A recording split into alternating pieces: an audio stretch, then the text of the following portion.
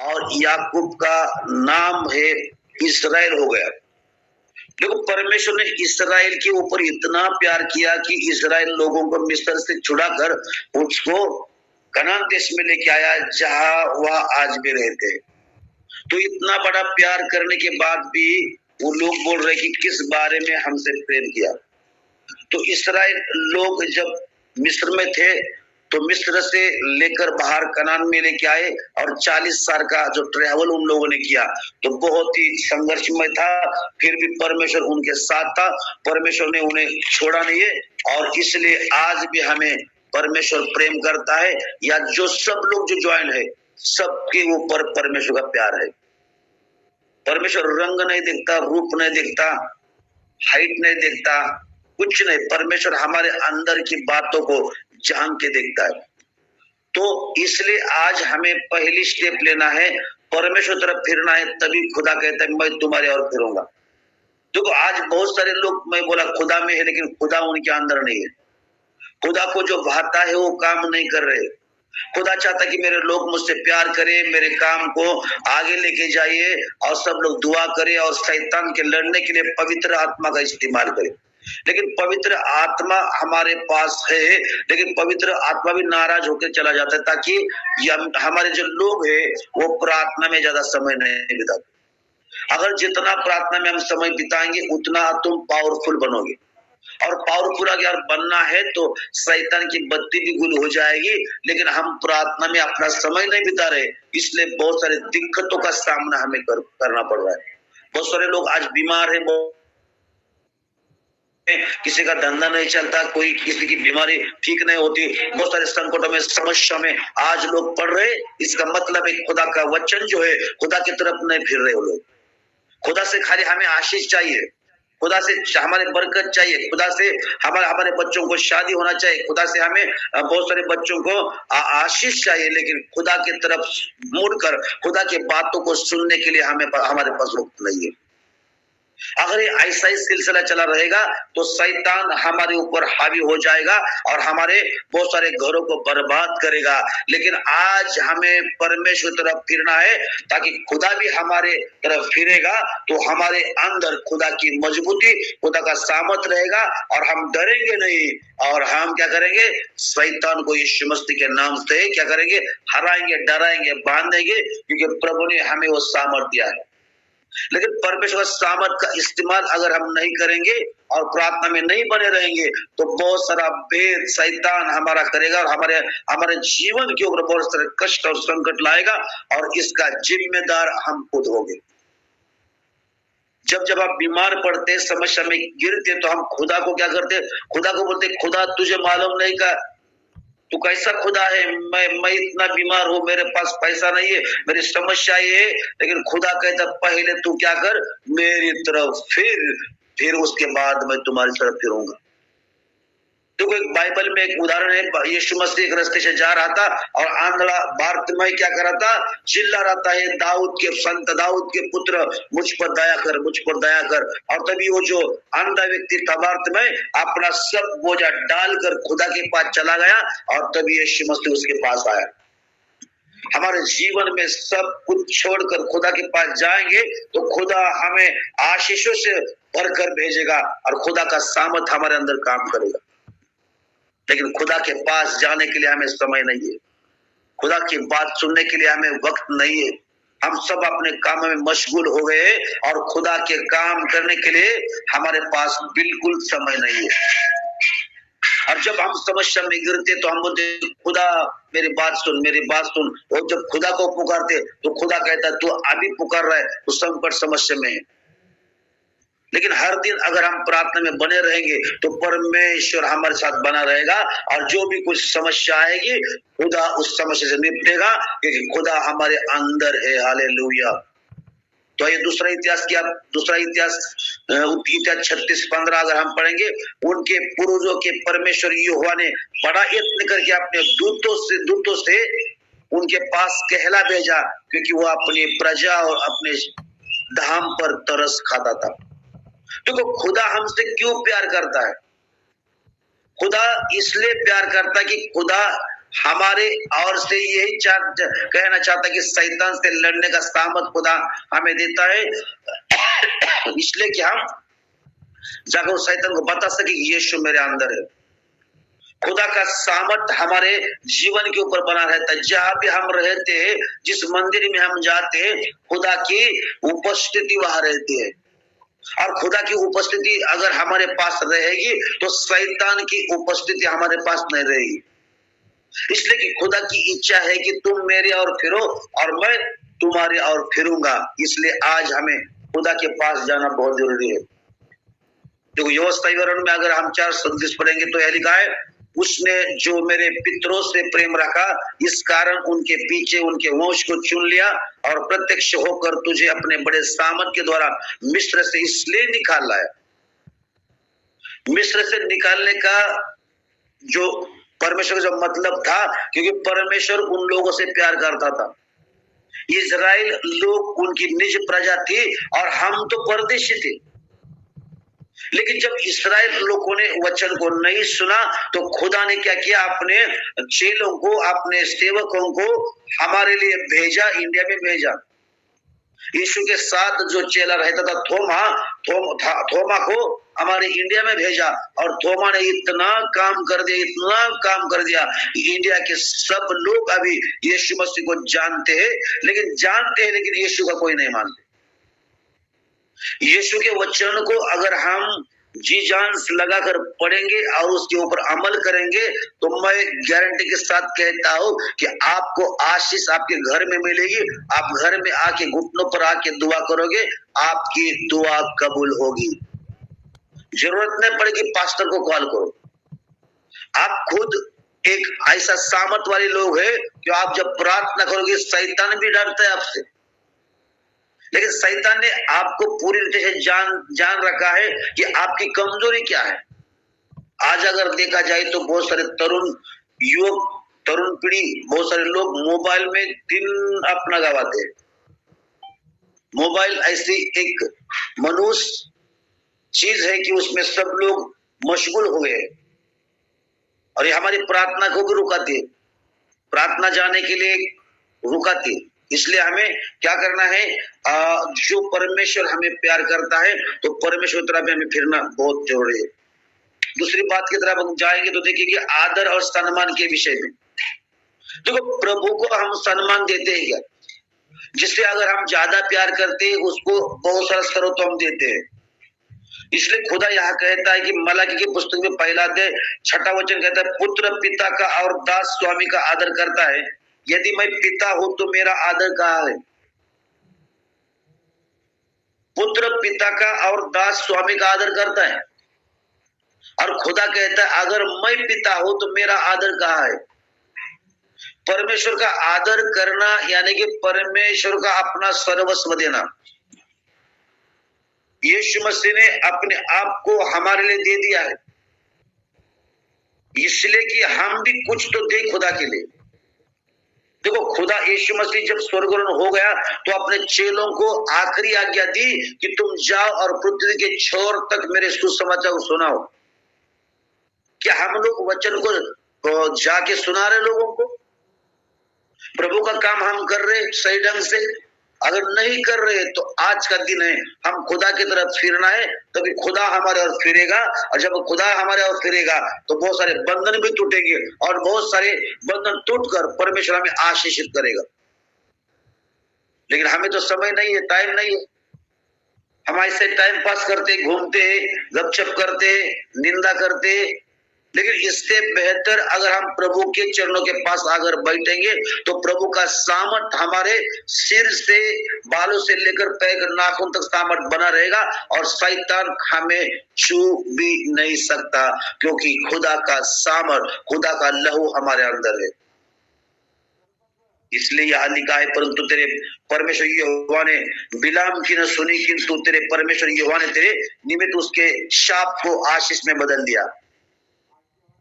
जो इस्राएल लोग जब मिस्र से बाहर निकले तो बहुत सारी मुश्किलों का सामना करना पड़ा, लेकिन खुदा बाप यीशु मसीह जो परमेश्वर दिन में भी था और रात में उनके साथ था, उनको कभी छोड़ा नहीं है। जो बिलाम जो है, तो बिलाम जब वो निकला उस शाप देने के लिए, लेकिन शाप का आशीष बन गया, क्योंकि परमेश्वर का प्यार उन लोगों पे था। क्योंकि जो कोई तुम्हें शाप देगा, तुम्हें शाप नहीं लगेगा, तुम आशीषित हो जाओगे। देखो आजकल हम क्या देखते हैं, हमारे अड़ोस पड़ोस में किधर नींबू गिर गया तो हम बोलते बाप रे, किसी ने नींबू डाला, किसी ने ये डाला, किसी ने वो डाला, और हम डर जाते। तो वो बाइबल कहती है याकूब के ऊपर कोई तंत्र मंत्र जादू टोना नहीं चलेगा, कि खुदा हमारे साथ बना रहता है। जब बिलाम ने शाप देने की कोशिश की, लेकिन परमेश्वर ने उनके मुंह से आशीष निकाल दी।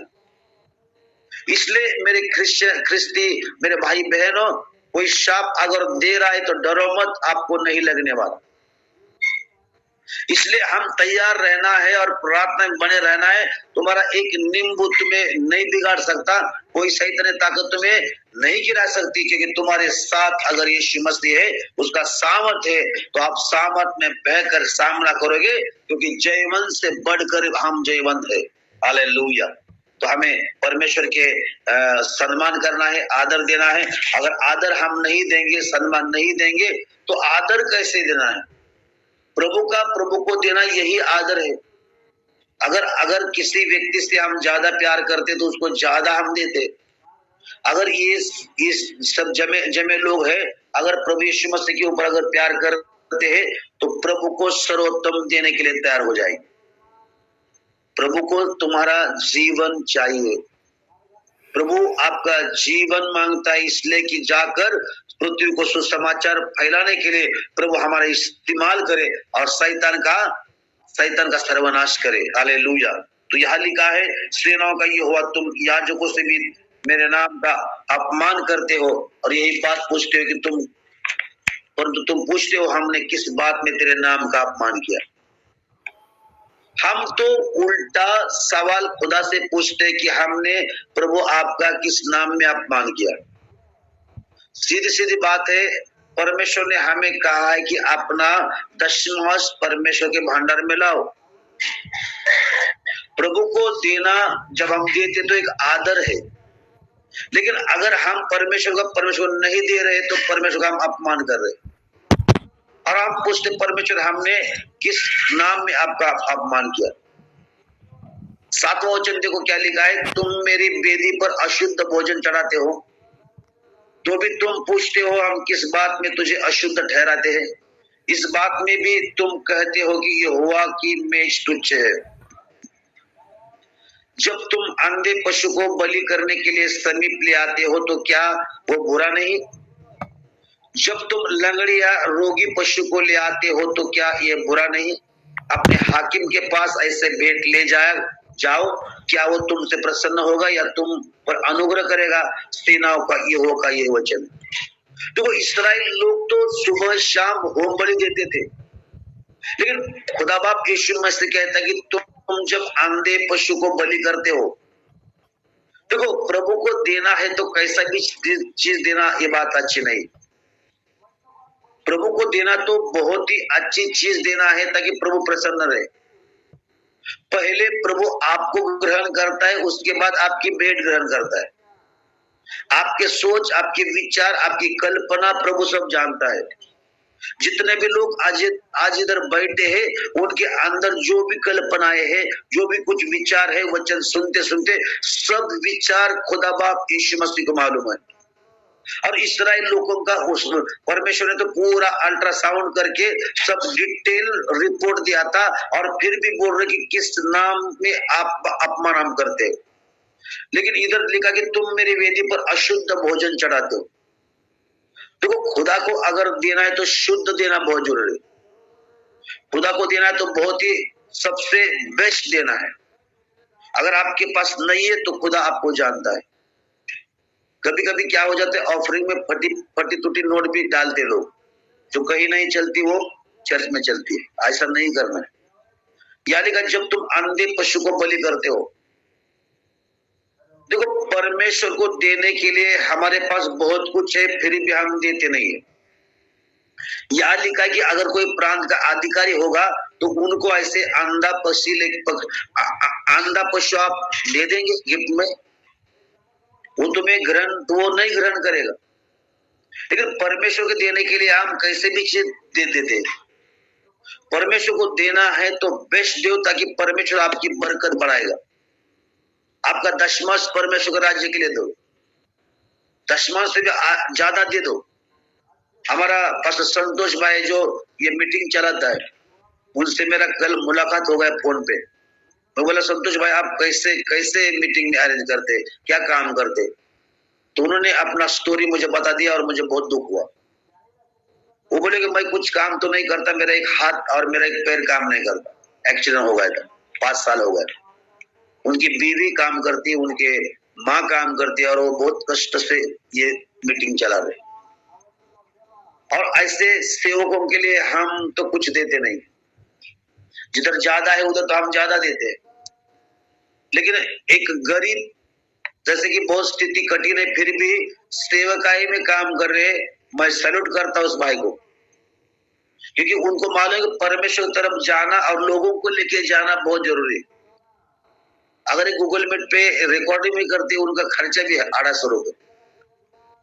तो ये सब खर्चा चलाने के लिए जो सेवक अगर रहेगा, उनको भी परिवार है, उनको भी बच्चे हैं, उनको भी खर्चा है, सब कहां से आएगा? बाहर से तो पैसा नहीं मांगा सकते। जितने हम नजीक के लोग हैं, तो हम थोड़ा हेल्प, एक दूसरे की हेल्प करके ही आगे सेवा बढ़ा सकते हैं। तो प्रभु को अगर देना चाहते हो तो बेस्ट दो, ताकि प्रभु का वचन जो आगे लेके जाता है तो और भी आगे लेके जाएगा, और बहुत सारे लोग इस गूगल मीट पे ज्वाइन हो जाएंगे। देखो मेरे को नहीं बताया पास्टर संतोष ने क्या ऐसा बोलना है, लेकिन पवित्र आत्मा की जो वाणी है मेरे अंदर है, क्योंकि देखो जो कष्ट करता है उनको मजदूरी मिलनी जरूरी है।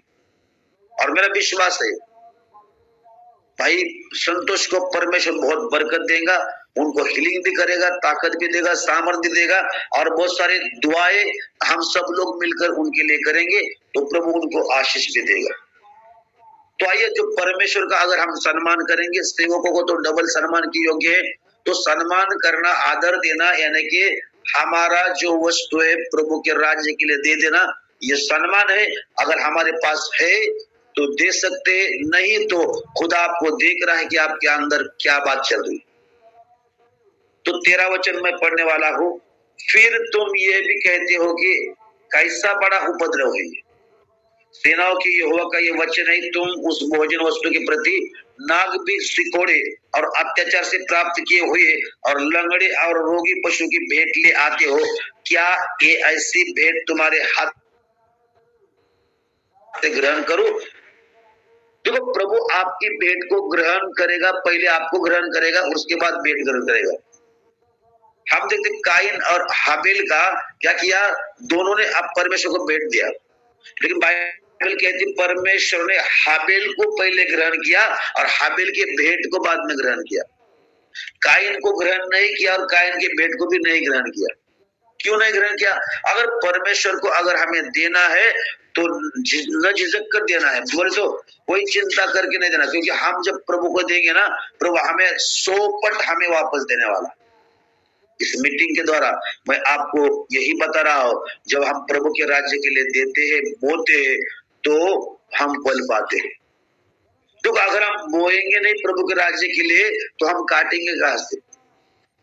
तो प्रभु का राज्य अगर बढ़ना चाहते हो आप, तो प्रभु के राज्य के लिए क्या करो, आप दिया करो, उसके बाद बटोरो, उसके बाद रखो, तभी तो प्रभु आपके जीवन में काम करेगा। तो प्रभु को देना है तो सर्वोत्तम दो, पहले प्रभु आपको स्वीकारेगा और बाद में आपकी भेंट को स्वीकारेगा। तीसरी बात इस्राएल लोगों से प्रभु ने कही कि व्यवहार जो है, जो व्यवहारिक बात है, व्यवहार के बारे में बहुत सारी बातें यहाँ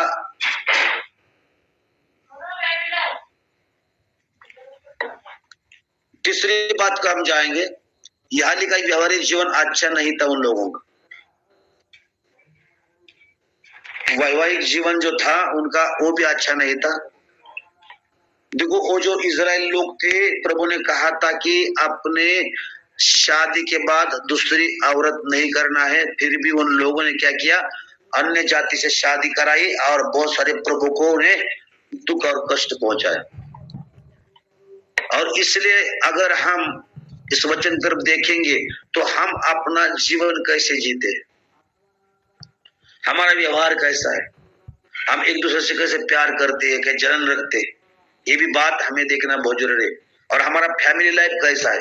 इधर लिखा हुआ एक वचन पढ़ेगा मैं, मलाकी का पुस्तक 2 अध्याय 13 और 14 वचन। फिर तुमने यह दूसरा का किया है कि तुमने यहोवा की वेदी को रोने वालों और आहे भरने वालों के आंसुओं से भिगो दिया है, यहाँ तक कि वो तुम्हारी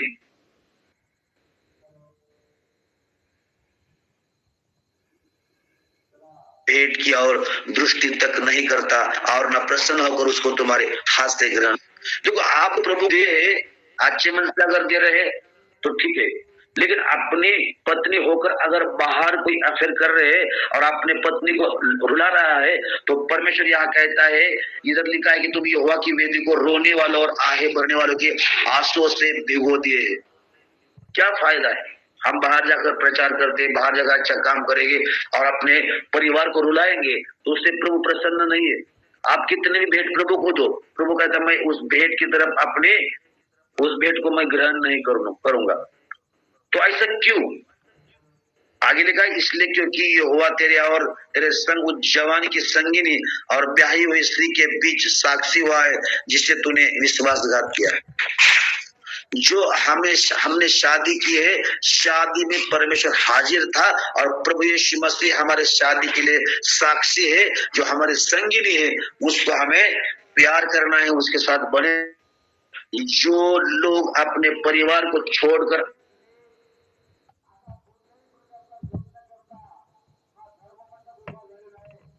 परिवार बनाते, परमेश्वर उनसे रुष्ट है, ऐसा ही किया था। और आज भी हमारे कोई ख्रिस्ती लोग ऐसे ही कर रहे, बाहर अलग घर में अलग। ये बात प्रभु को बिल्कुल भाती नहीं।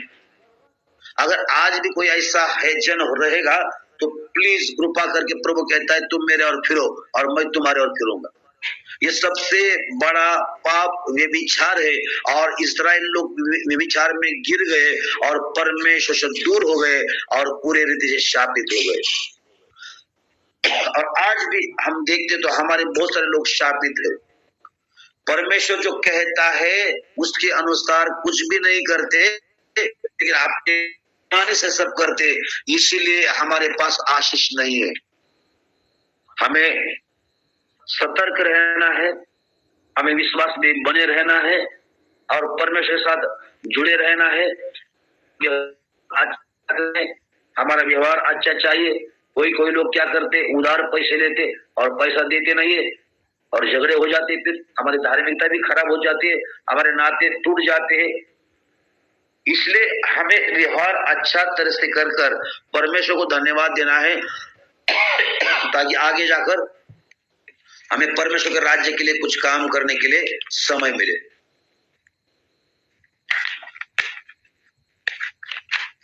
Hallelujah, praise the Lord.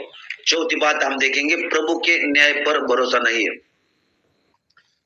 देखो, हम सब लोग विश्वासी तो है, लेकिन प्रभु न्याय करेगा उसके ऊपर भरोसा नहीं है। देखो, प्रभु ने कहा कि आखिरी समय में मैं सबका न्याय करने वाला हूं और न्याय तो हमारे लोगों से पहले करेगा। जो लोग विश्वासी है, विश्वासी से पहले वो क्या करे, न्याय करेगा। और खुदा यीशु मसीह कहता है कि मैं न्याय नहीं करने वाला, मेरा जो कलाम है, मेरा जो वचन है वही न्याय करेगा। मलाकी की पुस्तक 2 अध्याय 17 वचन का, तुम लोगों ने अपनी बातों से को उकता दिया है। हम लोग ने क्या किया, बातों से उकता दिया है और हम इतना उकता दिया है कि परमेश्वर हमसे प्रसन्न नहीं है। यहाँ लिखा है, पूछते हो हमने किस बात में उसे उकता दिया है, इसमें कि तुम कहते हो जो कोई बुरा करता है वो यहोवा की दृष्टि में अच्छा लगता है और वो ऐसे लोगों से प्रसन्न रहता है और ये न्यायी परमेश्वर का है। देखो, कभी कभी हमारे मुंह से इतने गंदे शब्द आते हैं, बाप रे, बोलते कि बाप रे, मैं इतना दुआ करता हूँ, मैं प्रार्थना करता हूँ, मैं संगति में जाता हूँ, फिर भी बदला नहीं है। लेकिन जो लोग प्रार्थना नहीं करते, उनकी बिल्डिंग बन रही है, उनके गाड़ी आ रही है, उस पे बहुत सारे काम बन रहे, लेकिन मेरे काम नहीं बन रहे। ऐसा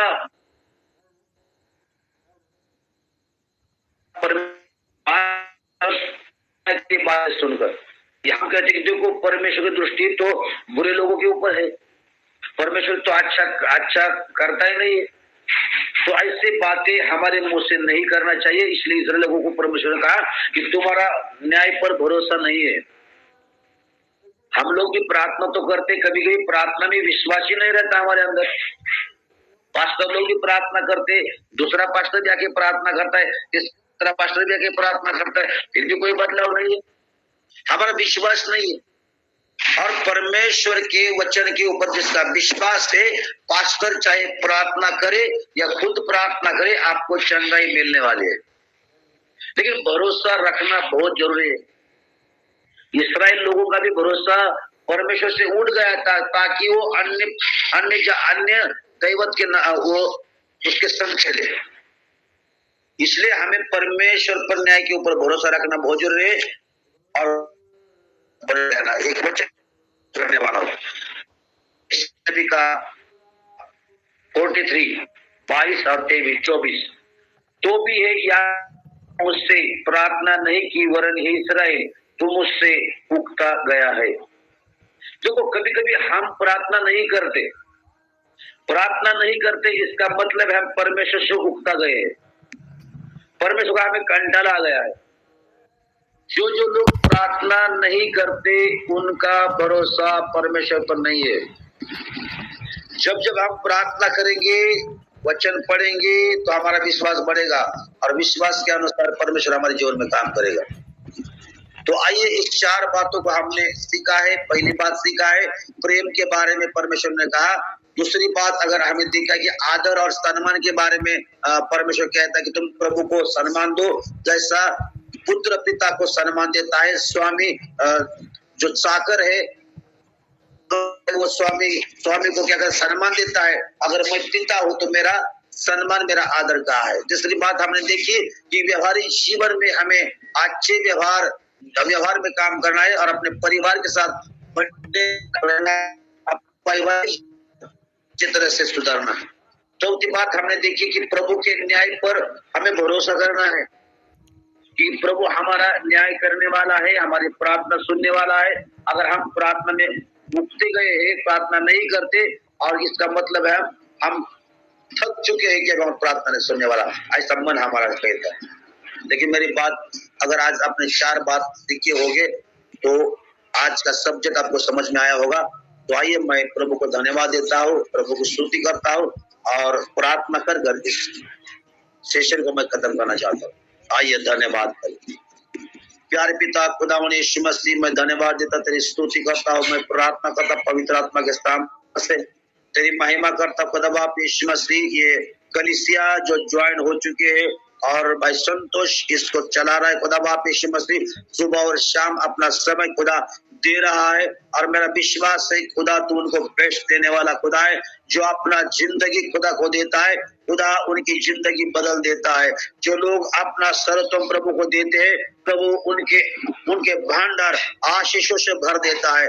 हालेलुया। प्यारे पिता खुदा यीशु मसीह, जितने भी लोग आज इस समय ज्वाइन है खुदा, उस सबको तो ब्लेस कर तेरे महिमा के लिए इस्तेमाल कर, तेरी स्तुति होने दे खुदा बाप यीशु मसीह।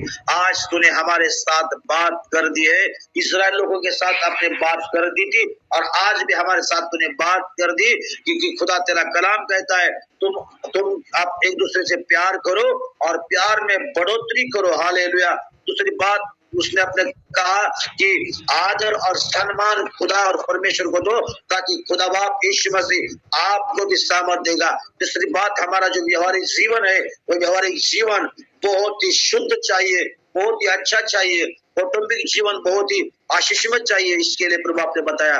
और चौथी बात, आपके न्याय के ऊपर हम भरोसा करेंगे, ताकि तू न्याय करने वाला खुदा है, तू आने वाला है। हमारा विश्वास है जब तू आएगा तो हमें सबको ले जाएगा और तेरे महिमा के लिए इस्तेमाल करेगा। ये प्रार्थना और दुआ यीशु के नाम से मांगते हैं, आमीन। आमीन।